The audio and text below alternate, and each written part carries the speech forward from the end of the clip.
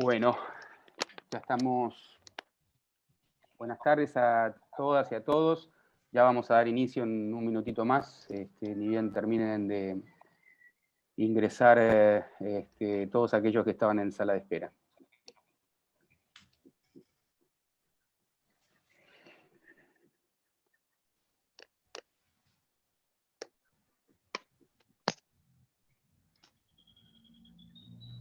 Creo que estamos, Ricardo, ¿no? Sí, ya estamos todos admitidos. Buenísimo. Bueno, entonces sí, les damos la bienvenida a esta jornada de Derecho de la Integración, Mercosur, 30 años, balance y perspectivas, organizada por las cátedras de Derecho de la Integración Regional de la Facultad de Derecho de la Universidad de Buenos Aires. Y bueno, que tiene, como ustedes saben, como oradores a los 4 profesores titulares de la asignatura. El Mercosur junto a Malvinas es probablemente una de las 2 principales políticas de Estado de nuestro país. Además, es una política también de Estado en los países que integran el Mercosur, ¿no? En estos 30 años, el Mercosur se sobrepuso a cambios de gobierno, de contextos internacionales. La integración argentino-brasileña primero, y luego el Mercosur han tenido en mira, obviamente, la dimensión económica de la integración, pero antes que ello, han sido herramientas sustantivas para consolidar las democracias en la región y, por cierto, la vigencia y respeto de los derechos humanos. Quiero comenzar señalando la importancia de la enseñanza del derecho del Mercosur. No hay derecho cuando no se lo invoca y obviamente no se invoca lo que no se conoce. Con esta premisa, en la Unión Europea se incorporaron en sus primeros pasos la enseñanza del derecho comunitario, hoy derecho de la Unión Europea, en todas las facultades de Derecho, e impulsaron un programa que tuvo una enorme trascendencia, el programa Jean Monnet, para la formación de todos aquellos operadores del sistema judicial, abogados, jueces y fiscales. En nuestro caso, la Facultad de Derecho de la Universidad de Buenos Aires fue pionera en la introducción de la enseñanza del derecho de la integración regional en el currículum de grado en la Argentina. Es fundamental la enseñanza de esta disciplina para que quienes se desenvuelven y operan en el mundo jurídico lo conviertan en realidad. Es importante porque además en momentos de incertidumbre y amesetamiento, la integración regional pervive en las universidades. Sabemos bien que los proyectos de integración regional son iniciativas complejas y de largo plazo con marchas y contramarchas. Hoy tuvimos un buen ejemplo de ello en la cumbre presidencial. Nuestros profesores titulares son una expresión de la diversidad disciplinar y de enfoques que conviven en la enseñanza del derecho de la integración. Provienen del derecho internacional privado, el derecho constitucional, el derecho político y el derecho internacional de los derechos humanos. Tienen máxima formación y son jóvenes, lo que representa un enorme potencial de desarrollo académico para nuestra facultad. Han construido equipos docentes y formado decenas de discípulos. Han producido materiales para la enseñanza de la disciplina que no existían en el país. Han organizado proyectos y centros de investigación. Llevan adelante la programación de una nutrida agenda de actividades extracurriculares con los más diversos actores de la integración regional, haciendo de la extensión universitaria una herramienta indispensable de comunicación de la academia con la sociedad. Damos inicio entonces a esta actividad con la palabra del profesor titular Alfredo Mario Soto. El profesor Soto es profesor en diversas universidades, entre ellas la Universidad Nacional de Rosario, nuestra Universidad de Buenos Aires, la UNICEN, la UCA, la USAL, la UB, la UCES, UCASAL.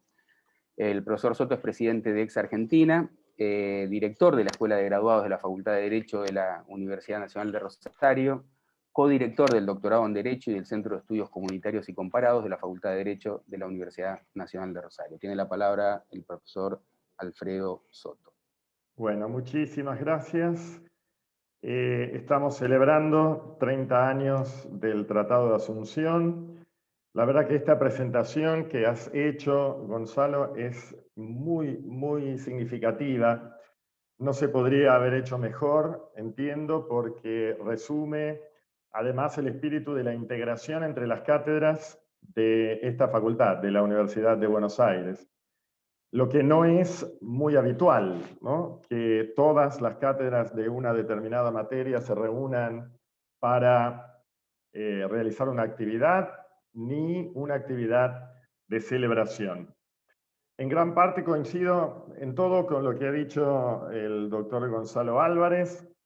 Tenemos ante nosotros una rama nueva, una rama muy interesante, y cada uno le da una perspectiva diferente o parte de una perspectiva diferente. Esto es lo que significa la verdadera libertad de cátedras, ¿no? La autonomía académica significa además esa libertad de cátedras, diversidad de orientaciones y formación de escuelas, también diversas dentro de cada una de estas estructuras, podríamos decir, o de estas cátedras. Me congratulo de participar de esta actividad con nuestros queridos colegas, profesores, Sandra Negro, Calogero Pizzolo, Walter Carnota y toda la comunidad que está aquí presente, que hay muchos también, adjuntos, JTP, ayudantes, alumnos. Muchísimas gracias. Yo vengo del derecho internacional privado y de la filosofía del derecho, de tal manera que mi concepción acerca del derecho de la integración a 30 años del Tratado de Asunción está nutrida de ambas perspectivas. Por supuesto, parto de, como muchos de ustedes ya saben y ya están como medio hartos de escucharme, de una concepción compleja del derecho, en este caso del derecho de la integración, una concepción tridimensional que integra precisamente hechos, normatividades y valores. En el caso de los hechos que nos ocupan, como en toda rama del derecho, hablamos de un conjunto de casos entre sujetos, que claro, los sujetos, el gran tema, uno de los grandes temas, en definitiva, del derecho de la integración del Mercosur es cuáles son esos sujetos, los sujetos que son normalmente, clásicamente, los estados y que, de acuerdo al sistema de solución de controversias previsto en el Mercosur, siguen siendo primordialmente los estados, pero no podemos dejar de lado la presencia insoslayable de el tráfico jurídico, las relaciones jurídicas entre particulares de los diversos estados, entre particulares de diversos estados con estados terceros, o sea, intra y extra Mercosur, litigios también o casos entre particulares y el propio Mercosur como persona jurídica, o entre estados y el propio Mercosur, o entre el Mercosur y otros organismos u organizaciones internacionales o estados. Y obviamente que todo ello tiene que ser solucionado. Acerca del sistema de solución de controversias que hemos consolidado en estos 30 años, tiene sus claroscuros.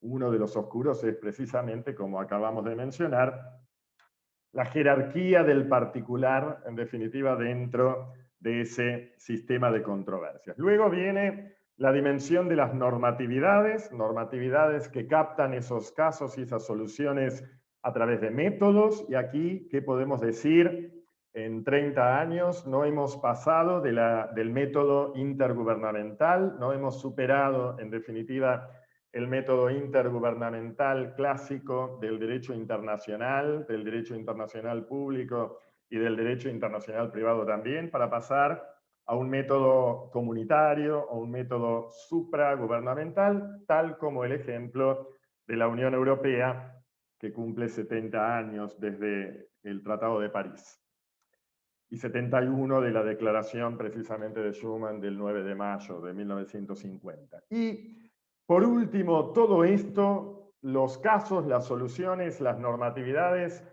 y a través de los métodos son valorados por un complejo valorativo, porque evidentemente el derecho tiene su complejo valorativo, pero que culmina en el valor justicia, pero en la integración indudablemente deben también integrarse la justicia con otros valores, los valores de la economía, claramente, porque hablamos de un espacio, de un bloque económico, pero también los valores culturales, los valores educativos, los valores artísticos y otros valores. Y en cada rama del derecho, la justicia, que es un valor muy complejo, exige algo. ¿Y qué nos exige en el derecho de la integración? Exige que desarrollemos estos espacios integrados para la paz, y podríamos decir que la paz la hemos consolidado durante estos 30 años, a pesar de que alguna vez alguien pensó que se podía hacer la guerra al Uruguay por la pastera, pero la solución, en definitiva, de los conflictos ha sido una solución pacífica.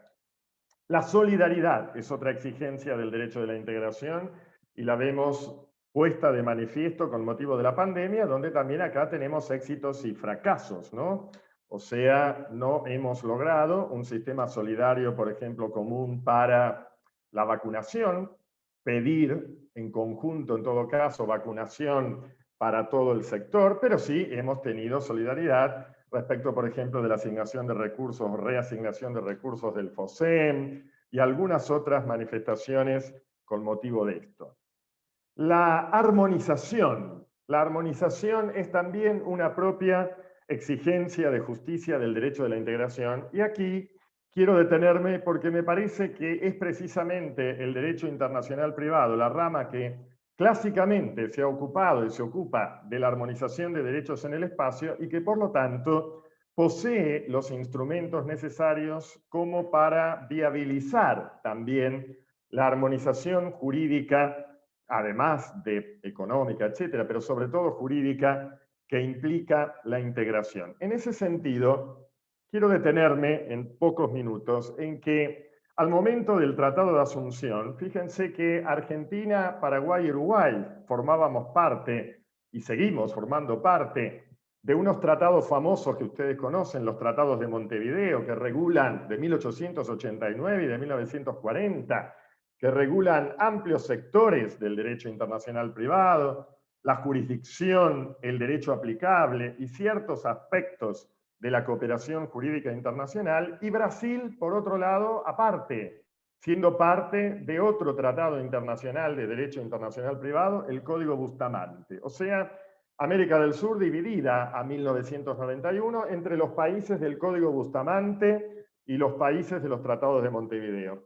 Con el Tratado de Asunción se ha ido paulatinamente, aunque por supuesto no en todo, logrando uniformidad acerca de la necesidad de elaborar instrumentos comunes de derecho internacional privado, por ejemplo, en materia de jurisdicción internacional, en materia contractual, porque es a través del contrato que se formaliza la circulación, sobre todo de bienes y de factores productivos, también, por ejemplo, en materia de jurisdicción emergente de accidentes de tránsito, y un acuerdo sobre arbitraje comercial internacional, porque dado que la libertad es fundamental en un espacio integrado, esa libertad se tiene que manifestar también en la posibilidad de prorrogar jurisdicción en favor de jueces o árbitros fuera del país, siendo además que la autonomía de la voluntad había sido rechazada en los tratados de Montevideo y no estaba claramente receptada en el Código Bustamante. O sea que el hecho del Mercosur,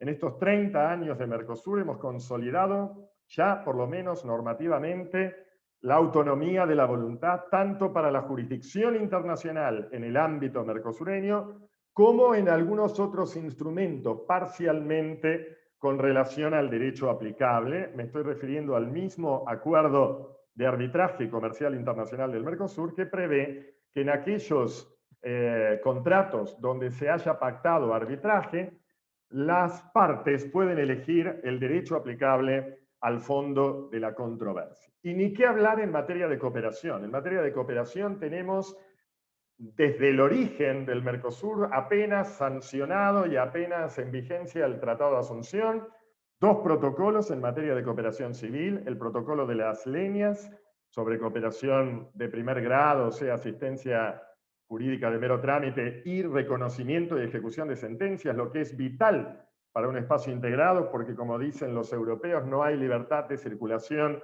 de personas, mercaderías, capitales y servicios si no hay libertad de circulación de actos de Europreto sobre medidas cautelares y cooperación penal, porque lamentablemente también la libertad de circulación de personas lleva a la delincuencia organizada transnacional y a la libertad de circulación de la delincuencia, y por lo tanto también el Mercosur se ha ocupado con el Acuerdo de San Luis de asistencia jurídica mutua en asuntos penales, con el Acuerdo de Belo Horizonte de traslado de personas condenadas, y con la recientemente puesta en vigencia del Acuerdo Marco de Cooperación para establecer equipos conjuntos de investigación, tenemos también de alguna manera consolidado el derecho internacional privado intra-Mercosur, que, reitero, sirve para la armonización de las normatividades del Mercosur. Por supuesto, siempre tenemos que dar el salto a la realidad, o sea, una cosa es que lo pongamos en la norma y otro es que se cumpla, y lo que más se cumple es la cooperación entre autoridades jurisdiccionales. Pero yo quería también referirme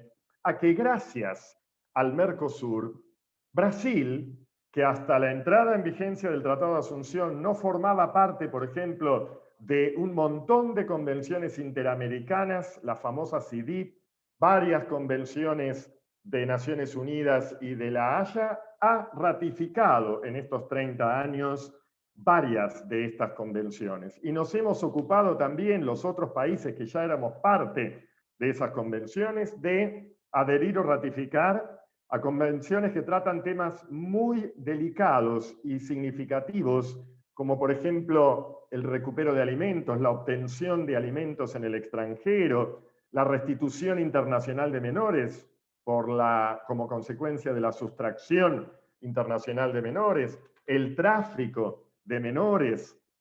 Todo esto significa que los instrumentos del derecho internacional privado intra-Mercosur sirven para la armonización, para las libertades, para la seguridad.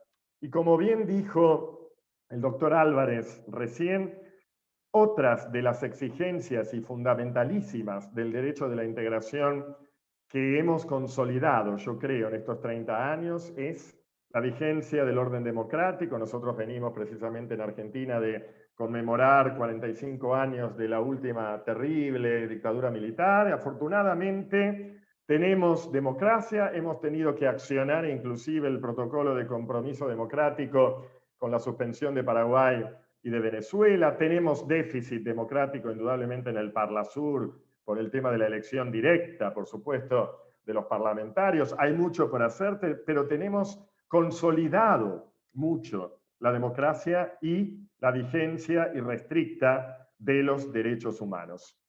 El derecho de la integración, y con esto ya termino porque creo que estoy cumpliendo con el horario previsto, es fundamental, y la autonomía académica, como dijo el doctor Álvarez, es fundamental para que los operadores jurídicos sigamos construyendo este espacio, porque además es derecho positivo, es el derecho que tenemos que conocer y es derecho positivo que no tiene jerarquía igual a la ley, sino superior a la ley. Y tenemos que interesar a los operadores jurídicos, a los jueces, para que ejerzan su control, por ejemplo, de integracionalidad, que nos gusta mucho hablar de control de integracionalidad con Maranielo, con Orgaz y con muchos de los que participan de esta actividad. Control de integracionalidad que tienen que ejercer los jueces al aplicar e interpretar la normativa nacional conforme la normativa mercosureña. Interesar, por ejemplo, a los jueces para plantear a la Corte Suprema opiniones consultivas a presentar ante el Tribunal Permanente de Revisión del Mercosur. Y esto no se logra sino a través de la difusión, de la concientización y de la asimilación del derecho de la integración. La perspectiva que yo tengo, y con esto ya prometo, tienen que confiar en la palabra de un hombre de derecho, todos lo somos, hombres y mujeres de derecho, y confiamos entre nosotros.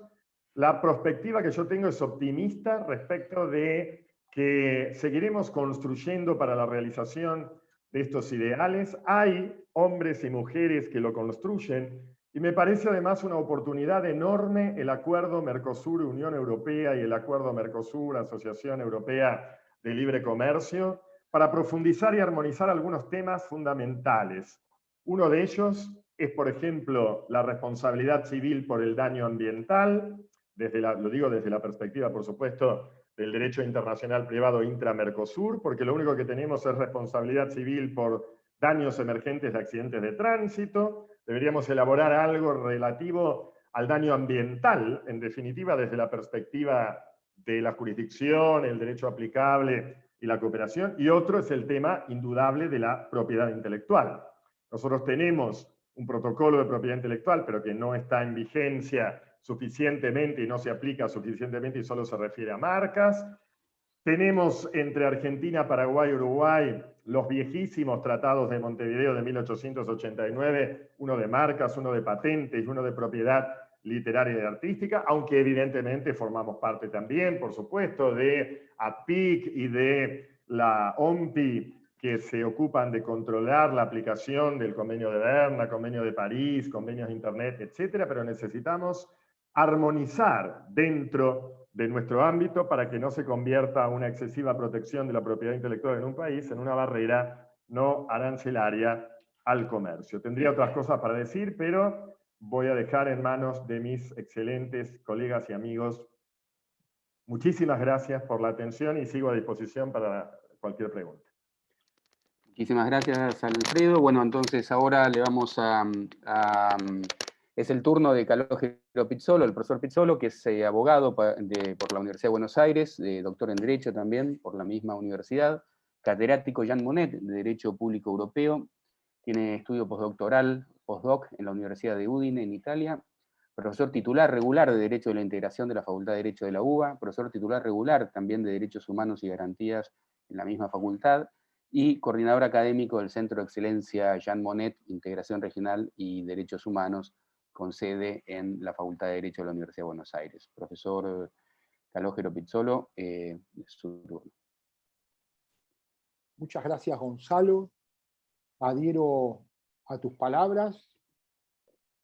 Buenas tardes a todos y a todas, queridos colegas, compañeros de ruta de este sueño que es la integración regional. Las fechas conmemorativas llaman a la nostalgia.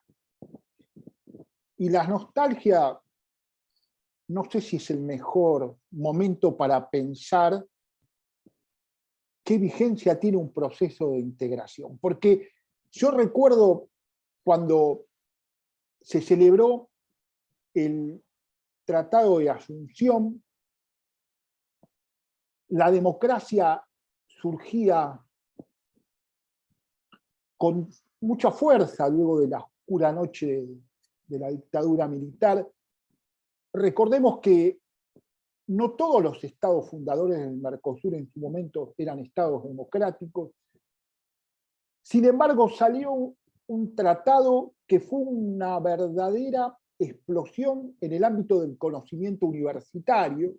Comenzaron a editarse volúmenes y volúmenes. Mi maestro en la materia, el querido recordado profesor Miguel Ángel Mexián, escribió sus primeros libros y de alguna manera ejerció una influencia determinante sobre el rumbo académico que mis estudios iban a tener. Y esa nostalgia, vista 30 años después, está muy cerca de la decepción. Entonces, ¿qué decir 30 años? Bueno, 30 años después. Hemos seguido, los que la han seguido o han tomado contacto, una bastante inusual conferencia de presidentes conmemorativa, inusual porque la emergencia de la pandemia impuso la virtualidad, pero inusual también en el lenguaje y las formas, inusual también en el desarrollo de lo que son las relaciones diplomáticas en el ámbito de un proceso de integración regional. Con lo cual, el optimismo prácticamente es ahogado por la realidad. Bueno, sigamos siendo nostálgicos. 30 años después me parece que el Mercosur tiene muchos logros para exhibir.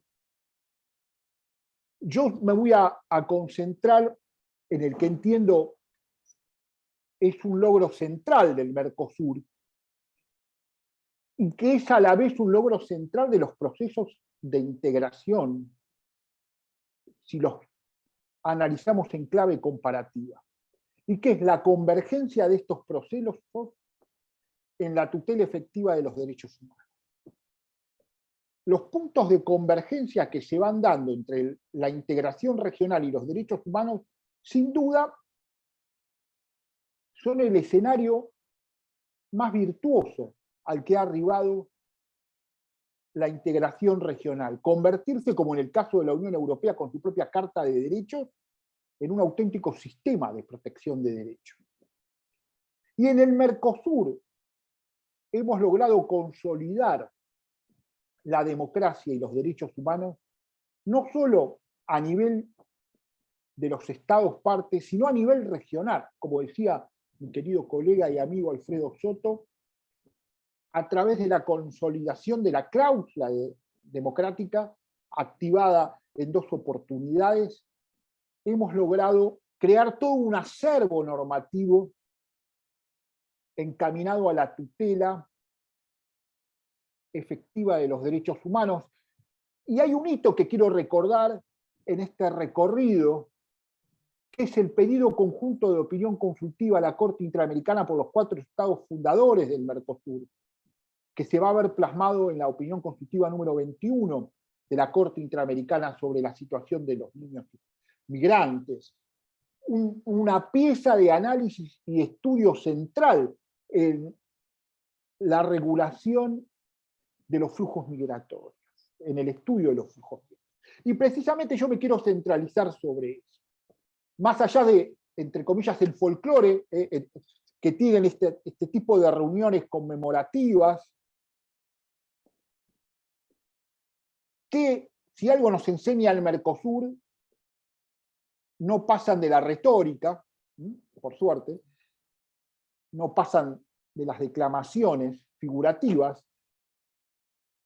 Lo cierto es que esta reunión de presidentes conmemorativa del 30 aniversario del Mercosur ha hecho hincapié en el Estatuto de Ciudadanía del Mercosur. Recordemos que allá por el año 2010, la decisión número 64 del Consejo Mercado Común establecía dentro de un plan de acción del Mercosur una agenda que tenía como fin en sí mismo la conformación progresiva de este Estatuto de Ciudadanía. Apoyado este desarrollo progresivo en 3 ejes. Alcanzar la implementación de una política de libre circulación de personas en la región, la igualdad de derechos y libertades civiles, sociales, culturales y económicas para los nacionales de los estados parte del Mercosur, y finalmente la igualdad en condiciones de acceso al trabajo, la salud y la educación. Yo me voy a centrar, insisto, en este aspecto que me pertenece, en mi opinión, a un logro central de la integración mercosuriana, de la integración en el Mercosur. Libre circulación de personas. Cualquier estudioso de los procesos de integración sabe que estamos de frente a una libertad fundamental para consolidar este proceso. No los voy a aburrir hablando de otras experiencias en la Comunidad Andina de Naciones o en la Unión Europea. Pero lo cierto es que al Mercosur le ha costado y le cuesta darle una eficacia plena al ejercicio de esta libertad. Cualquiera que antes de la pandemia, vamos a ver qué pasa luego, en la nueva normalidad, pero antes de la pandemia cualquiera que intentaba movilizarse puede dar fe de estos obstáculos impuestos por la burocracia estatal, nacional, a la libre circulación. Y quizá esto sea consecuencia de que no se siguió, hemos participado de muchos debates, en muchas reuniones técnicas y académicas, prefirió no seguirse el modelo europeo que apuntaba a la disolución de las fronteras nacionales y a la constitución de un espacio común, sino que se decidió enfocar el lente sobre consolidar el derecho de residencia y sobre todo agilizar los trámites migratorios, pero manteniendo esas fronteras nacionales que se transforman en verdaderas barreras burocráticas a la libre circulación de personas. Y en este sentido hubo muchos avances. Yo siempre cuento la misma anécdota. En mis inicios de investigador, por no tener un pasaporte al día, me he perdido viajes, por ejemplo, a la hermana República de Perú. Hoy en día, con la cédula de identidad, uno puede movilizarse. Importante lo que ha hecho UNASUR en este ámbito por los países de la UNASUR. se ha flexibilizado, si se quiere, el control aduanero, pero recordemos que aún no tiene aprobación la normativa que integra las ciudades limítrofes, un obstáculo que permanece presente, y se ha avanzado y mucho en el derecho de residencia. Pero estos logros, que para el estado actual del Mercosur son grandes pasos, para el desarrollo de un proceso de integración, son apenas el comienzo. Por eso festejo el énfasis que se pone en la consolidación de este estatuto. Y sobre todo, en el reconocimiento de derechos, por cierto, ya reconocidos a nivel regional por la Convención Americana de Derechos Humanos o la Declaración Americana de Derechos y Deberes del Hombre, y por las constituciones y la legislación de cada estado parte. Pero hay un problema acá. Por ejemplo, yo dije recién que la Unión Europea se ha dado su propia Carta de Derechos. Esta Carta de Derechos ha tenido un proceso de consolidación normativa descendente. Y no precisamente podemos hablar que los derechos humanos han estado desde el inicio entre las competencias atribuidas. Todos sabemos que el objetivo inicial de la integración europea fue constituir un mercado común. Los derechos humanos empezaron a ser reconocidos en este proceso principalmente por la labor pretoriana del Tribunal de Justicia con sede en Luxemburgo, invocando al otro proceso de integración, pero de derechos, el que se originó en el Convenio Europeo de Derechos Humanos y que era interpretado y desarrollado por el Tribunal Europeo de Derechos Humanos con sede en Estrasburgo. En el Mercosur, este intento de generar un plexo, un bloque normativo regional, no es tal, porque el principio que se sigue es completamente inverso, no es descendente, sino que es ascendente. Te reconocen toda una serie de derechos que yo aplaudo, porque entre ellos destaco la visión de género para interpretar estos derechos, por ejemplo, pero queda subordinado al reconocimiento y a la interpretación en cada estado parte. O sea, lejos de intentar una unidad de criterio, caemos en las asimetrías jurídicas. Entonces, esto nos lleva a pensar o abrir un debate, ¿verdad? ¿Cuánto necesita el Mercosur de generar de manera descendente, desde el ámbito institucional regional del Mercosur, un cuerpo normativo propio? Claro, cuando uno piensa en el sistema de solución de controversias, que en su diseño final todavía está pendiente, lo que yo estoy planteando ya ni siquiera es una utopía, parece un absurdo. Pero insisto, si lo que se quiere es consolidar en el marco de este estatuto de la ciudadanía del Mercosur, un bloque normativo, me parece que un rumbo que hay que tomar es intentar trabajar en una fase descendente, en la constitución de unas normas comunes y en un intérprete común, que permita al menos tener criterios, ¿sí? Como también decía Soto, la pandemia demostró en muchos aspectos el fracaso del Mercosur si se lo evalúa como reacción colectiva.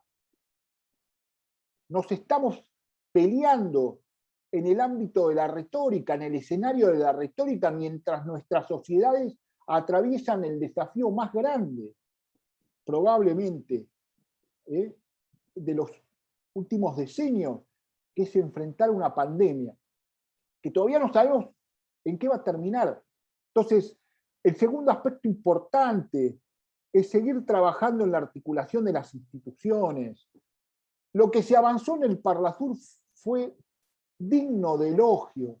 Lamentablemente, algunas decisiones contaminadas por la política local de algunos estados partes terminaron minando la legitimación de este cuerpo a nivel regional.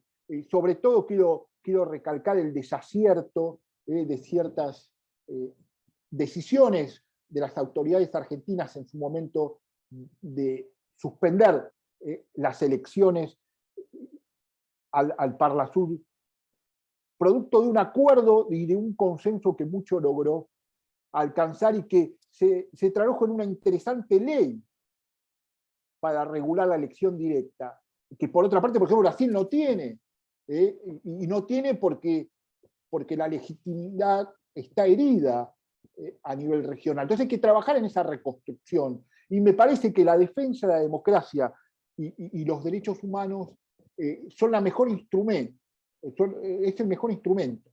Y antes de terminar, quiero dedicar una palabra a los aspectos económicos. Yo siempre digo que el Mercosur nace como un mercado común. Las comunidades europeas nacen como un mercado común, pero la necesaria convergencia de la integración regional, como dije al principio de mi exposición, en la tutela efectiva de los derechos humanos, hacen que sea algo más que una integración económica. Entonces, hago votos para que los análisis del Mercosur no sean puros análisis económicos. Hoy discutimos en la cumbre más proteccionismo, mayor flexibilidad, discutimos apertura, discutimos acuerdos. Eso está muy bien, pero no debemos olvidar que eso está interrelacionado a la tutela y vigencia de la democracia y de los derechos humanos. Y pensarlo desde esta óptica implica replantear algunos conceptos. Por ejemplo, no se puede trabajar en relaciones económicas que no tengan como un fin en sí mismo la inclusión social. De eso nosotros en la región podemos hablar mucho. Festejo este tipo de iniciativas, festejo el hecho de esta convivencia académica que desde los orígenes de las cátedras de Derecho e Integración ha sido muy fructífera en la formación docente y en la producción académica. Les dejo un gran abrazo, cuídense mucho y estoy a su disposición para cualquier interrogante luego. Gracias por su atención a todos y a todas. Muchísimas gracias, Calo. Bueno, buenísimo. Bueno, vamos a ceder en este momento entonces la palabra al profesor titular Walter Carnota. El profesor Carnota es abogado de la Universidad de Buenos Aires, doctor en Derecho, profesor titular regular de Derecho de la Integración de esta facultad, profesor titular regular de Instituciones de Derecho Público en la Facultad de Ciencias Económicas de la UBA, consejero directivo por el claustro de profesores, director del Centro de Economía y Gestión Judicial de la Facultad de Ciencias Económicas también de la UBA, director académico del doctorado de la Facultad de Derecho de la Universidad Nacional de Lomas, de Zamora, profesor titular regular de la Facultad de Ciencias Jurídicas de la UCES, conferencista nacional e internacional y juez de cámara subrogante de la Cámara Federal de la Seguridad Social, Sala Segunda. Su turno, profesor Carnota. Bueno, muchas gracias, Gonzalo. Buenas tardes a todos, a todas. Un gusto estar en una actividad más que en los más de 10 años, 11 años que llevamos los 4 titulares de cátedra, hemos hecho muchísimas y hemos en los últimos meses intensificado. Hicimos una actividad a fin de año organizada por el doctor Soto, ahora que la ha motorizado también la doctora Negro esta actividad, así que bueno, de vuelta también muy a gusto estar acá, complacido, y de esta convivencia académica que desde el Vamos, y que el doctor Álvarez era el secretario académico en ese momento de la Facultad de Derecho, tuvimos los 4 titulares que nos ha permitido intercambiar publicaciones, conferencias, mesas redondas, debates y demás. Celebro además que hay bastantes docentes de nuestra facultad, de nuestras cátedras, o docentes de otras facultades, pero centralmente también el claustro nuestro, el claustro de la Facultad de Derecho. Así que, nada, un gusto estar con ustedes. Voy a hablar un poco también de un tema que ya lo trató tanto el doctor Soto como el doctor Pisolo, que es el tema de la convergencia. La integración necesariamente convoca a la idea de interrelación, de convergencia, de interrelación o de armonización. Después voy a volver sobre la idea de armonización de ordenamientos jurídicos nacionales y de ordenamientos jurídicos de la integración y de ordenamientos jurídicos internacionales. Mi maestro Germán Vidar Campos hablaba, citando la doctrina costarricense, de un fenómeno de retroalimentación. Decía Vidar que los órdenes podían llegar, el plano interno, el plano internacional, podían retroalimentarse. Y eso el Tratado de Asunción, por el momento histórico en que se sancionó, en que se firmó, el 26 de marzo de 1991, tuvo mucho que ver con esto. El mundo de los comienzos de los 90 era el mundo del fin de la bipolaridad, era el momento, hacía 2 años que había caído el muro de Berlín, estaba cayendo la Unión Soviética, la ex Unión Soviética. Entonces la idea un poco era un nuevo orden global, la famosa globalización que signó, que marcó las relaciones internacionales a lo largo de los 90 y de comienzos del siglo XXI también. La compensación inteligente, a decir de don Eduardo García Entrerría, es precisamente de esa globalización y la integración. En el Tratado de Asunción, primeramente queda claro, junto con unos años antes, cuando en el gobierno de Alfonsín se ratificó el Pacto de San José-Costa Rica. Estos 2 tratados hicieron que los tratados fueran tratados, y no es un juego de palabras, es que el tratado fuera valorado como tal. Si nosotros seguimos la jurisprudencia de la Corte, piensen que en 1988, en el caso del Mejián I, todavía se decía que el Pacto de San José de Costa Rica era programático. Entonces, imagínense cómo esos años, que fueron muy complejos en otros sentidos, en lo económico, o más adelante con Menem en lo institucional, pero fíjense que para nuestra materia el tratado empezó a cotizar, como diría Duncan Kennedy, perdón, el tratado, la hechura del tratado y las constituciones es lo que marca nuestra época. Así como el siglo XIX marcó la era de la codificación, hacer códigos, o fines del siglo XVIII, comienzos del siglo XIX, y gran parte del siglo XIX, nosotros tenemos la obra de Vélez como culmine.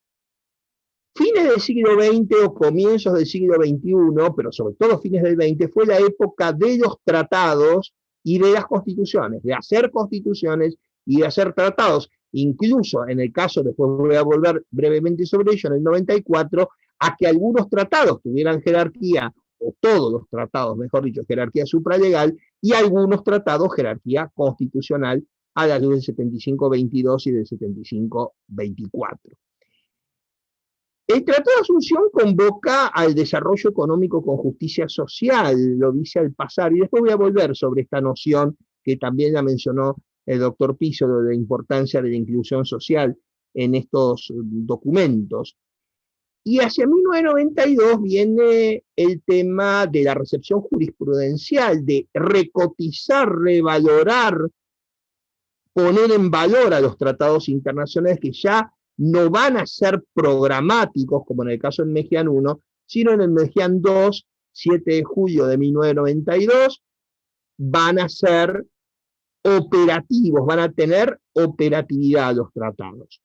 En uno de los considerandos del voto de mayoría del Mejián II, del Mejián contra Sofovich, la mayoría del alto tribunal habla de las necesidades de cooperación, armonización e integración. Las primeras veces que la palabreja integración aparece en el léxico jurisprudencial de nuestra Corte, así que es importante tenerlo en cuenta, no solamente por la primacía que le daba el tratado y luego recalibrada en Fibraca, exactamente un año después, el 7 de julio de 1993, sino porque todo este acervo, tanto el del Mejián II como el de Fibraca, van a ser fuente del 75-22 o del 75-24 en la reforma constitucional del 94. Es decir, que el Tratado de Asunción puso en valor a los tratados, habló del desarrollo económico con justicia social, en esa idea de que la integración fuera la compensación inteligente de la globalización. Ahora, a su vez, la reforma del 94, más allá de los tratados jerarquizados, los tratados llamados o apodados constitucionales, considera en algo que es una ruptura de paradigma de que todos los tratados internacionales, por el hecho de ser tales, tienen jerarquía supralegal, tal vez algo tan revolucionario como tener tratados constitucionales. Además del 75-24, la norma específica en materia de tratados de integración, que obviamente también tienen jerarquía supralegal. El 75, inciso 19 de la misma reforma nos habla del progreso económico con justicia social entre las atribuciones del Congreso. En la misma norma que están jerarquizados los tratados constitucionales, que están jerarquizados todos los demás tratados con rango supralegal, habla del progreso económico con justicia social.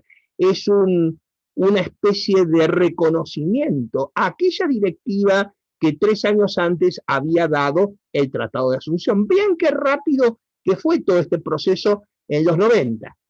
En 1991 el Tratado de Asunción, en 1992 el Mejía contra Sofovich, en 1993 Fibraca, en 1994 la reforma. Es decir, uno está, en las últimas décadas se ha hablado de aceleración de la historia, pero esto, la verdad, en poco tiempo, con todo lo que había pasado en el mundo, con la caída del muro de Berlín, repito, con el fin de la bipolaridad, con la emergencia de la multipolaridad, pero que esto demoró igual en un tiempo. ¿Se acuerdan que se hablaba del fin de la historia, de algunas otras cosas que demostraron no ser ciertas? Pero la integración ya empezó a germinar desde el Tratado de Asunción hasta la reforma de 1994, donde tuvo que ver. Es decir, que el Tratado de Asunción fue pionero en que valoremos en el ordenamiento jurídico argentino el tratado internacional desde otra óptica, desde otra mirada, de otra perspectiva. El tratado internacional antes de estos fallos que mencioné, y antes del Tratado de Asunción, y antes de la importancia del Tratado de Asunción, eran prácticamente expresiones de deseo, guías de buena conducta, pero no tenían, no había cabalmente todavía, había obviamente, estaba la Convención de Viena, no quiero pasar hitos por arriba, pero digo que en el ordenamiento jurídico nacional no tenía la cotización que luego tuvo por tratar justamente de un bloque regional, por las implicancias económicas de ese bloque regional, por el arancel económico común, por los organismos que diseñaba, y luego que tuvieron más vidas con los protocolos que acá también se han mencionado y demás, y que hacen a la estructura institucional del Mercosur y la importancia que además del Tratado de Asunción han tenido los protocolos en su de andar, digamos, ¿no? Así que, nada, unirnos a la celebración, como hoy lo ha hecho ADEI también, que ha hecho una esquela con motivo de este aniversario, de estos 30 años, meditarlo desde la importancia de las fuentes del derecho, desde el hecho de una constitución, así como Sagüez habla de la constitución convencionalizada, de una constitución integrada, esto también es importante, ya que hacemos neologismos con el control de integración, o con el control de comunitariedad, podemos hacer otro neologismo más, pero es verdad, piensen ustedes, para ir terminando, que la mayoría de las constituciones de esa época empezaron a contemplar normas relativas, más allá que había antecedentes en Europa, casi inmediatos posteriores a la Segunda Guerra Mundial, pero sobre todo en nuestra región empezó a ser moneda mucho, y en otras, sacando a Europa Occidental, empezaron a ser moneda mucho más corrientes. Festejemos la interrelación, la convergencia del ordenamiento nacional al ordenamiento internacional, de vuelta al ordenamiento nacional. Esas integraciones en plural son muy buenas, señalan la pluralidad de los órdenes jurídicos, y esa canasta de valores que está tan bien dicha en el Mejía contra Sofovich, fallo importante sí lo hay, algunos dicen que está de modé, que está superado, sin embargo, hay precedentes, hay leading cases de la Corte que siempre hay que ir. Si bien el caso de Mejía no es un caso de integración, pero la integración es el subtexto, es lo implícito, lo que hay que escarbar por debajo, cuando en el considerando 19 habla de las necesidades de cooperación de armonización y de integración. Son los valores que hablaba el profesor Soto. Esa es la canasta axiológica, la cooperación, la armonización y propiamente la integración. Por ahí no había un desarrollo muy extenso. Claro, el Tratado de Asunción tenía 1 año de vida, era nuevito, 1 año y medio tenía, desde el 26 de marzo de 1991 al 7 de julio de 1992. ¿Cómo no homenajear al Tratado de Asunción? ¿Cómo no meditar? ¿Cómo no meditar todo lo que pasó en estos 30 años a nivel de desarrollo institucional? Y cómo no augurar la optimización de los mecanismos mercosureños. Con esa canasta de valores y esos fines que son los que imantan al ordenamiento jurídico, estamos aquí homenajeando al Tratado de Asunción. Muchas gracias. Bueno, muchísimas gracias, Walter. Vamos entonces a pedirle que nos dirija unas palabras a la profesora Sandra Negro. La profesora Negro es doctora en Derecho por la Universidad de Buenos Aires, máster en Gestión de Negocios y Formación Profesional para la Integración Latinoamericana por la UCES, máster en Relaciones Internacionales por la UB, máster en Política y Gestión de la Ciencia y la Tecnología por la Universidad de Buenos Aires. Profesora titular de Derecho a la Integración de esta facultad y además profesora en varias universidades nacionales y del exterior. Es investigadora principal y directora del Centro de Estudios Interdisciplinarios de Derecho Industrial y Económico de la UBA, es directora del Observatorio de Implementación del Acuerdo Mercosur-Unión Europea, autora de varios libros, artículos en materia de Derecho Internacional Económico, Derecho a la Integración y Relaciones Internacionales. Profesora Negro, en su turno. Bueno, buenas tardes a todos. Espero que esta jornada y esta posibilidad de que todos interactuemos sea un espacio propicio para la conmemoración del 30 aniversario del Tratado de Asunción. Es un gusto y un gran privilegio poder compartir esta jornada junto a los restantes 3 titulares de cátedra que me precedieron en el uso de la palabra, a quienes agradezco, y también la presencia del doctor Álvarez, así como de todos los profesores y también alumnos que nos acompañan en esta jornada. Creo que el Tratado de Asunción cumpla efectivamente 30 años no es menor. Se trata de una fecha que debe ser conmemorada o debe ser recordada, sobre todo para afianzar los logros del proceso. Y dentro de esos logros tendremos tantos aquellos elementos positivos como también aquellos elementos negativos de los cuales el proceso y todos hemos aprendido.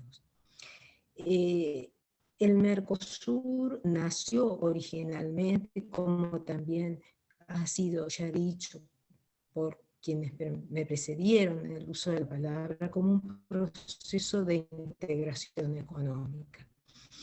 En este momento debo recordar a la profesora Sarde Salduendo, quien fue una de las hacedoras del proceso desde el punto de vista jurídico, porque ella trabajó intensamente con funcionarios gubernamentales desde la República Argentina, interactuando con personas de otras cancillerías en el trabajo, y una de las cuestiones que ella siempre pone de relieve es este objetivo económico del Tratado de Integración mercosureño, este objetivo inacabado, incompleto, y todos los cuestionamientos que se han hecho a este objetivo, bueno, fue el puntapié inicial.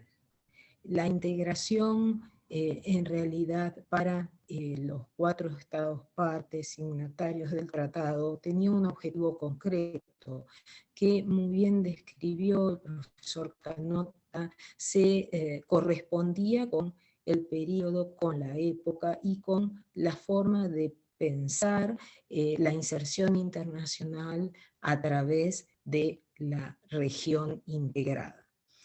Este objetivo económico puede ser un fin en sí mismo, desde el punto de vista de la integración económica es un fin en sí mismo. Y por eso la falta de cumplimiento, de finalización de este objetivo, se vuelve un impedimento para el progreso sucesivo mercosureño. Eso no quiere decir que el objetivo económico no pueda estar acompañado por objetivos no económicos, que en nuestro proceso de integración siempre estuvieron acompañados por otro nombre y otras visiones. La idea de sumar dimensiones al proceso de integración, con esta palabra dimensiones, pretender explicar la diversidad respecto de el objetivo económico, no hizo más que ahondar en la necesidad de definir qué objetivo tenía cada dimensión.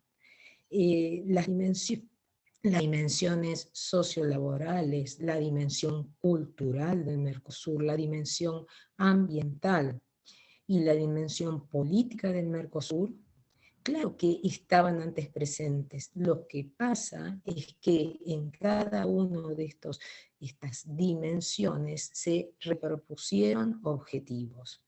Algunos se lograron y otros no. El Mercosur político tuvo logros importantes. Cuando en 1996, realizándose la cumbre y estando reunidos los presidentes de los Estados miembros del Mercosur, vieron peligrar el sistema político de Paraguay. De allí, de ese episodio en 1996, surgió, digamos, la iniciación de lo que fue el compromiso posteriormente en la misma dimensión política del Mercosur. Otros objetivos ahondaron ese proceso, ¿sí? Perdón, me piden si puedo apagar la cámara porque hay dificultades en la transmisión, ¿sí? Les explico entonces, estaba hablando de la dimensión política y de los derechos humanos que se sumaron a la integración política como objetivo, y ustedes saben, a la institucionalidad propia del Mercosur, además de haber un trabajo muy profundo en el ámbito de derechos humanos que también describió el doctor Pizzolo. Si desandamos otras de las dimensiones del proceso de integración, también veremos logros, ¿sí? Podríamos referir a la dimensión ambiental, con sus logros particulares, como ser la reunión especializada en el ambiente y el acuerdo o protocolo en materia de medio ambiente, hoy vigente, es una pieza muy importante para la región. También podremos desandar otros caminos en el terreno de la integración educativa y lo que se ha hecho en reconocimiento de títulos. Muy prontamente la dimensión educativa se incorporó en lo que se llamó el Mercosur educativo, y desde allí hubo muy buena colaboración para el trabajo conjunto. Ahora bien, todas estas dimensiones, como ha sido señalado, no parecen haber satisfecho los objetivos del proceso. Por eso, cuando a 30 años intentamos hacer una evaluación de o sea, del proceso, surgen estos claroscuros. O sea, surge esta visión no del todo optimista para el proceso de integración. Como decía el profesor Soto, sí hay algunos avances que han servido inclusive desde el punto de vista de las estructuras nacionales de cada uno de los estados para llevar hacia la tan apreciada convergencia o armonización y llevar a los países que eran más reticentes a la suscripción de convenios o tratados internacionales. Esto me parece valioso por el proceso en sí mismo. También una otra perspectiva para observar al Mercosur es efectivamente la de ver el Mercosur con su objetivo económico en su fase externa, o sea, el objetivo de la inserción internacional mercosureña. Y en este punto de inserción internacional tendremos algunas aristas particulares desde el momento en el cual hubo un reconocimiento expreso de la subjetividad internacional del proceso y también la interacción con otros estados u otros bloques regionales. En este punto, sobre todo, señalar que la agenda externa del Mercosur en algún momento, y creo que aún en la actualidad, le da un relieve al Mercosur que lo tiene a pesar de esta especie de letargo, esta especie de no prosperidad, puertas hacia adentro en términos mercosureños. O sea, la imagen externa del Mercosur todavía en la actualidad es una referencia cuando hay, digamos, simposios internacionales, cuando hay que definir estrategias para la región.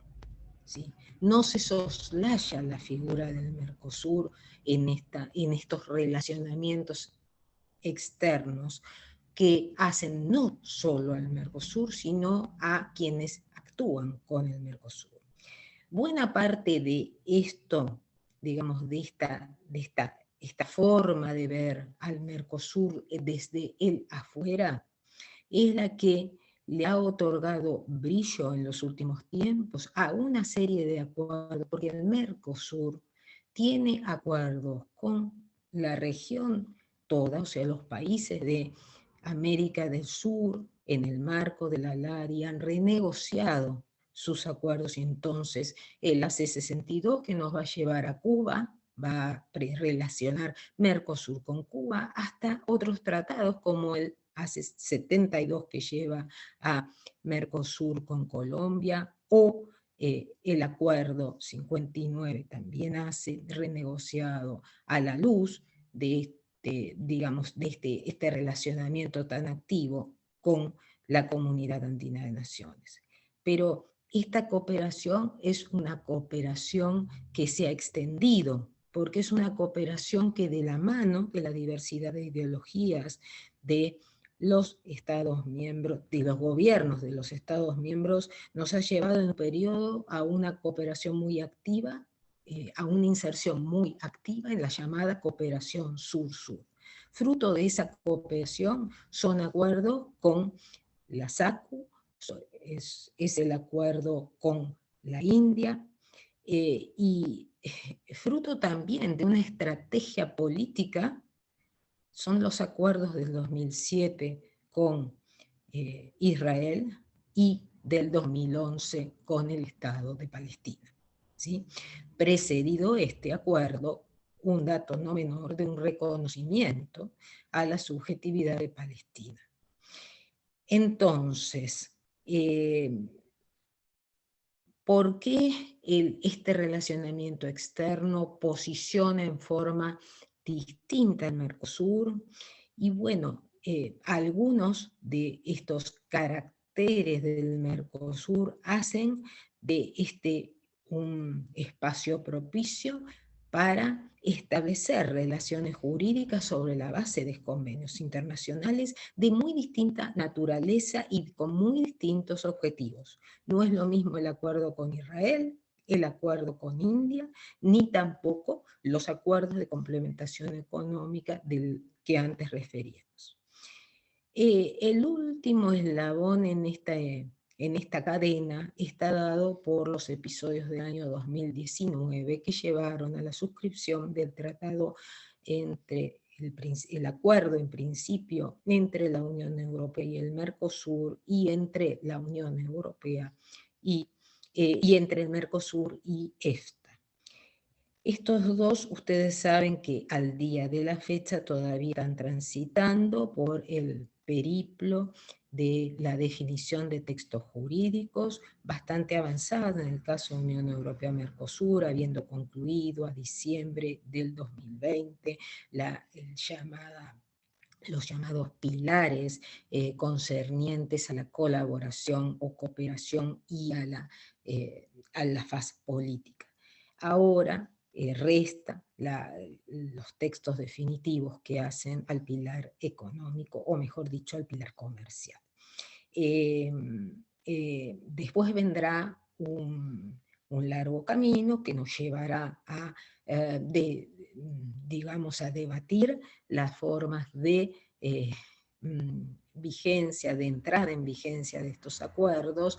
Desde el ámbito Mercosur va a haber un largo tránsito, más allá de las declaraciones políticas que a la fecha se conocen y las alternativas que se han manifestado, algunas en forma negativa frente al acuerdo por parte de países europeos. Lo cierto es que hoy en ámbito Mercosur también hay una diversidad de interpretaciones en cuanto a cómo debería hacerse la negociación de acuerdos internacionales, ya no solo pensando en el ámbito de este acuerdo que fue suscrito con la Unión Europea, sino que pensando frente a otros acuerdos u otras negociaciones que se espera culminen con acuerdos. Y me estoy refiriendo a las negociaciones con Singapur, con Canadá, con Corea, todas ellas, y la más reciente con Vietnam, todas ellas están, digamos, transversalmente recorridas por una cierta incertidumbre que es una incertidumbre propia del mismo proceso mercosureño y propia también de los mismos actores del proceso mercosureño, esto es, los gobiernos que están a cargo de cada uno de los estados. Bueno, yo me detendría en este punto. Vuelvo a agradecerles la oportunidad de haber compartido este espacio de conmemoración. Creo que es un espacio que sin duda crea mejores alternativas para el intercambio académico, la interacción, no solo entre los titulares, aunque en la jornada de hoy básicamente hemos estado los titulares, es un espacio que está abierto a la interacción con todos los intervinientes. Muchas gracias Gonzalo, muchas gracias Alfredo, muchas gracias también Carlos Gero y también Walter. Muchas gracias, Sandra. Excelente. Bien, tenemos un espacio para habilitar preguntas. Aquellos que quieran formular alguna pueden hacerlo a través del chat. De hecho, ya tenemos algunas. Por ejemplo, Roxana da Rosa pregunta si existe intención de trabajar en el tema de discapacidad en el ámbito del Mercosur. Certificación de discapacidad o inclusión laboral y educación. No sé, elijan ustedes quién quiere hacer uso de la palabra. Yo lo que puedo decir respecto de ese tema es que ha sido objeto de tratamiento, por ejemplo, por la Declaración Sociolaboral del Mercosur cuando se refiere a la inclusión social. También la reunión de altas autoridades en materia de derechos humanos, sin duda alguna, lo viene haciendo notablemente y con énfasis. Entiendo que implícitamente también estará o está en el Estatuto de la Ciudadanía del Mercosur. Y quería agregar que en este sentido, desde la perspectiva, por ejemplo, de la armonización, sería muy importante que se pudiera alentar la ratificación de la Convención de Naciones Unidas en esta materia y la incorporación tal vez de normativa que se refiera a esto, a la jurisdicción internacional, al derecho aplicable, porque no todo se puede unificar de manera fuerte, diríamos, ¿no? De manera material, quiero decir. Evidentemente hay distintas asimetrías, hay distintos niveles, inclusive de integración misma, y por lo tanto los instrumentos de internacional privado que permiten por lo menos unificar criterios acerca del derecho aplicable serían relevantes, y también profundizar la cooperación. Gracias, Alfredo. Hay varias preguntas, hay tres en realidad, de Sergio Gutiérrez. En primer lugar, al doctor Pisolo. ¿Usted considera que el Mercosur ha sido efectivo en materia comercial para garantizar el derecho a la libre competencia? En México tenemos el TMEC con Estados Unidos y Canadá y tiene similitudes con el Mercosur. ¿Ha oído hablar de ese tratado? A ver, creo que es tema de Alfredo, pero bueno, hay un problema con las libertades del mercado, eso está claro. No hemos logrado vencer barreras ideológicas a lo largo del tiempo a ambos lados. Una crítica integradora que intenta ser superadora de esas barreras. Distintos bloques de ideas, distintos movimientos políticos, los tenemos interactuando en todos los procesos de integración. Pero hay un punto que dicen, bueno, alguien resigna algo y vamos para adelante. Eso en el Mercosur lamentablemente no lo vemos con la periodicidad que deberíamos dar, que permita avanzar. Claramente no, claramente no. Hay un grupo de resoluciones en materia de consumidores que reconocen derechos básicos, pero hubo intentos de protocolos que han fracasado o que no se han aplicado, precisamente por esas barreras ideológicas, ¿no? Sería importante poder avanzar en una armonización, pero en el fondo está el debate entre la apertura o el proteccionismo, que directamente, no me quiero extender porque los otros colegas pueden sin duda opinar sobre la cuestión mejor que yo, ese debate entre proteccionismo y apertura impacta directamente en el ejercicio de las libertades económicas necesarias para el desarrollo de un mercado común y sobre todo en la competencia. Hay que ser sinceros, en este punto se presentan varias asimetrías. Las empresas de un país no están preparadas como las del país vecino, y entonces ahí empiezan, bueno, necesito proteger esto.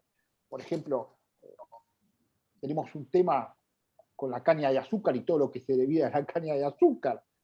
Tenemos un problema con los cítricos, pero bueno, la respuesta es no.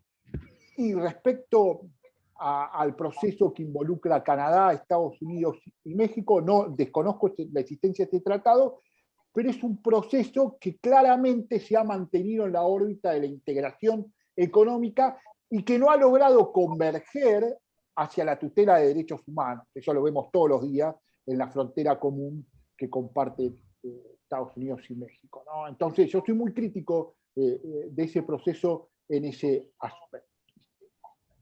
Gracias, Calogero.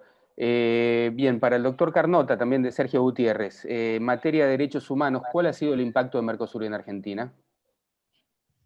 Y aparte agrega, quisiera saber si Argentina tiene tratados celebrados con países de Asia-Pacífico. Bien. A ver, gracias por la pregunta. Bien, sí, obviamente siempre se puede mejorar, pero en el ámbito mercosureño el paraguas de los derechos humanos o el paradigma de los derechos humanos es muy vasto. El protocolo de Ushuaia, protocolo ambiental, el Mercosur educativo, la declaración sociolaboral del Mercosur, son todos aspectos obviamente que impactan en las distintas generaciones de los derechos humanos y hacen de un proceso más poliédrico, más vasto, con más dimensiones, como dijo Sandra, y no tan deficitario como dijo Calo del proceso, digamos, de Canadá, Estados Unidos y México. Con respecto a la segunda parte de la pregunta, obviamente hay tratativas comerciales, podrían obviamente mejorar, hubo más tratativas 2017, 2018, hay un estudio del CARI en relación a esto, al que me remitiría, pero obviamente no es el bloque comercial con el que más trabaja, más allá de algunas menciones también que hizo Sander respecto de India, por ejemplo, de algún otro país, pero o de lugares más exóticos para nosotros, Singapur y demás, que también los mencionó. Pero quizás es una asignatura pendiente del proceso mercosureño en relación a ASEAN-Pacífico. Gracias, Walter. Para la profesora Sandra Negro, también de Sergio Gutiérrez, ¿usted cree que para Argentina y el Mercosur significa la apertura al libre comercio y la globalización?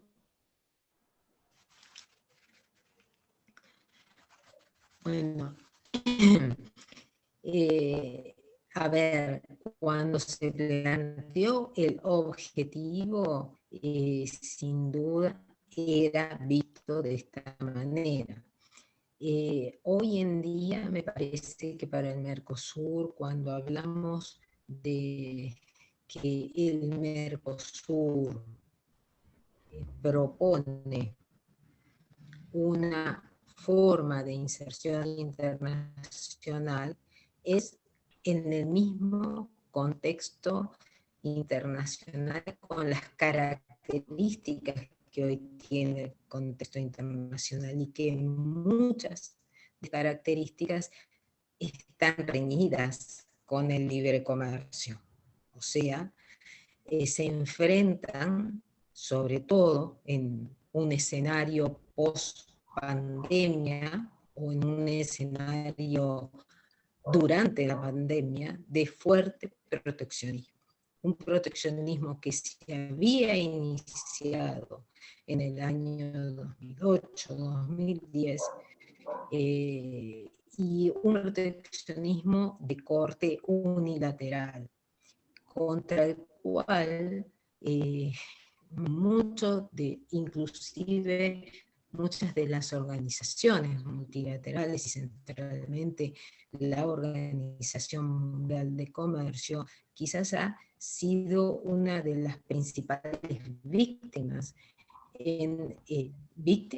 y a su vez se ha presentado como, digamos, incapaz de resolver los problemas que le planteaba el hecho de contar dentro de sus miembros, digamos, de sus estados integrantes, particularmente algunos que hacían más uso de actitudes proteccionistas que llevaban inclusive a la ruptura frente al sistema, ¿sí? Así que hoy en día el Mercosur abre puertas a través de la negociación, lo que no quiere decir que sean las puertas que nos vayan a dejar en los mismos escenarios que se habían planteado en el año 91. Creo que en esto también hay una dinámica propia de los procesos que actúan. Son aquellos que mejor se adecuan al momento. No hay procesos buenos o malos de por sí. Hay procesos que son más eficientes o menos eficientes, las particulares y a las iniciativas que existen, desafíos en el ámbito internacional. Bueno, muchas gracias, Sandra. Quedan dos preguntas. Primero voy a leerle una al doctor Soto y después leemos una que es general, no tiene un destinatario en particular y por la naturaleza de las características de la misma, creo que está buena para que puedan hacer una reflexión final. Entonces, en primer lugar, una pregunta de Alejandra Encinas para el profesor Soto. ¿Qué aspectos tendría que mejorar el Mercosur con una mirada post-pandemia? Bueno, gracias por la pregunta. Evidentemente tendría que mejorar muchísimos aspectos, pero el fundamental es un compromiso real de los Estados parte de compartir efectivamente con el otro y con los otros un organismo como el Mercosur. O sea, superar el aspecto de mera cooperación internacional, como por allí queda, en definitiva, plasmado el accionar del Mercosur, superar la armonización y llegar efectivamente a una verdadera integración que implique solidaridad. Solidaridad, lo que también comparto con la doctora Negro es que si bien el Mercosur no es solo un mercado común, es su objetivo el mercado común y por lo tanto tendría que mejorar eso, la conciencia acerca de transitar efectivamente hacia un mercado común, lograr un arancel externo común, no 4 aranceles diferentes, en definitiva, para con terceros estados. Posiblemente, o casi con seguridad, tiene que mejorar la incorporación de las normatividades. Se produce muchísimo en normatividades, hay cualquier cantidad de normatividades que se van elaborando continuamente, pero el problema es la incorporación, el problema es la efectiva aplicación. Tenemos que difundir el derecho de la integración del Mercosur, por eso es tan importante que haya la autonomía académica de la materia. Tenemos que poner en práctica el código aduanero, por ejemplo, del Mercosur. Tantas cosas tenemos que hacer post pandemia. Tampoco podemos asegurar cómo va a ser el mundo post pandemia. La verdad es que no sabemos cuándo va a ser la post pandemia. Capaz que vamos a tener una vida, 10 años de Mercosur con pandemia. No sabemos muy bien, ojalá que no, por supuesto, pero no sabemos si va a haber nuevas cepas o no. Lo que está claro es que los ministros de salud se tienen que reunir, tiene que haber efectivamente una solidaridad muy importante. Y bueno, de algún modo también me anticipo a la pregunta general. Esos son los deseos que yo tengo en gran medida para este Mercosur de aquí a 10 años. Gracias. Muchas gracias, Alfredo. Bueno, entonces ya Alfredo adelantó su perspectiva, su prospectiva respecto a los próximos para el resto de los participantes. ¿Cuáles son sus deseos para el Mercosur de acá a 10 años y qué objetivos creen principales para lograrlo? Bueno, a ver, sigo yo. Mayor integración. Pero en el plano de las políticas públicas que son responsabilidad de nuestros gobernantes. Porque en el plano material, los flujos migratorios no se detienen. Al contrario, desde hace décadas convergen en puntos en común, en prácticas culturales convergentes. Yo siempre digo que la integración sudamericana le lleva una gran delantera a la integración oficial, entre comillas, la que se propone a través de las políticas públicas, precisamente porque nos quedamos en la declamación y no pasamos a la acción. Ese es el gran drama de la integración latinoamericana, me atrevería a decir. Entonces, mi deseo es poder tener más Mercosur, más integración, más acción, que lleva a una convergencia plena en la tutela de los derechos humanos. No hay integración si no hay tutela de los derechos humanos, e insisto, eso lleva a replantear algunos conceptos. No somos países ricos ni centrales, somos países que tenemos índices de pobreza humillantes y bochornosos. Y es un desafío para las políticas públicas de los Estados miembros generar acciones que permitan gradualmente ir saliendo de la pobreza. En eso estamos. En eso creo hay que centralizar la integración y dejar de declamar para pasar a la acción. Bueno, en la misma beta, tal vez para eslabonar un poco las respuestas con lo de Calo, también pienso que es muy importante poner el acento en toda la matriz institucional y particularmente, y lo digo como magistrado federal, la importancia de reestructurar el TPR o de todo lo que sea la jurisdicción en el campo del Mercosur. Es decir, justamente de esto de pasar de la declamación a la acción que decía Calo, es decir, me parece, y también de la tutela de los derechos humanos, me parece que es central que hubiera algún mecanismos jurisdiccionales más aceitados, más idóneos, y quizá para los próximos 10 años, para la próxima década, sería un objetivo que hace a la construcción de una completa institucionalidad del Mercosur, no una institucionalidad amputada o parcial, como la que tiene en este momento, sino mucho más comprensiva, nada para lograr la efectividad de lo declamado y lo proclamado, ¿no es cierto? Eso. Gracias, Walter. Sandra, ¿querés agregar algo? Y, yo simplemente poner de manifiesto que quizás una herramienta poco utilizada ha sido el FOSEM en el ámbito Mercosur. Y creo que el Fondo de Convergencia Estructural del Mercosur tiene por delante mucho que realizar, sobre todo en los temas que hacen a los graves desequilibrios regionales y a las asimetrías entre países. Es el único instrumento, se puede perfeccionar y puede haber lugar a otros instrumentos. Ahora, tenemos que tener bien en claro que el Mercosur por sí solo, como Mercosur, o llamándose de otra manera, o con otra estructura institucional, no va a suplir las digamos, las inoperancias existentes a niveles nacionales. ¿Sí? No se puede pedirle al proceso de integración mercosureño o a cualquier proceso de integración que haga o que supla cuestiones que no son atendidas desde los gobiernos de los estados. Entonces, porque si tenemos una expectativa que supere esto, nos va a ser más grande la decepción frente al Mercosur. Mercosur puede y tiene herramientas y puede darse otras y puede perfeccionar otras.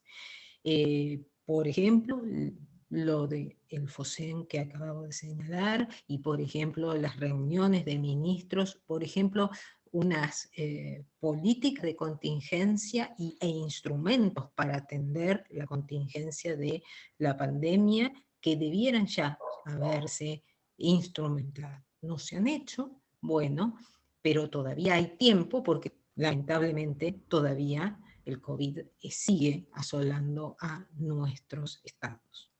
Entonces, en ese punto, yo creo que el Mercosur potencialmente puede dar muchas más respuestas. Ahora, tengamos en claro que el Mercosur no puede dar todas las respuestas, ¿sí? Habrá respuestas que tendrán que seguir viniendo de las estructuras nacionales. Y en eso tienen una gran deuda los estados frente al Mercosur. Es decir, en echarle las culpas al Mercosur de las ineficiencias en las estructuras estatales. Y esto es válido, creo, que para todos los estados, partes del Mercosur. Nada más, gracias. Bueno, muchísimas gracias, Sandra. Atento la hora, vamos entonces a finalizar la jornada, agradeciéndole a todas y a todos los durante el evento, eso por el 30 aniversario del Mercosur, y un agradecimiento especial a cada uno de los profesores y profesoratura y a todos los equipos de cátedra, que muchos de ellos han estado presentes en la actividad. Bueno, muchísimas gracias a todos y nos vemos. Chao, buenas tardes. Chao, muchas gracias. Chao, gracias. Chao, Chao. gracias. Buenas tardes. Un abrazo. Gracias, abrazo. Chao.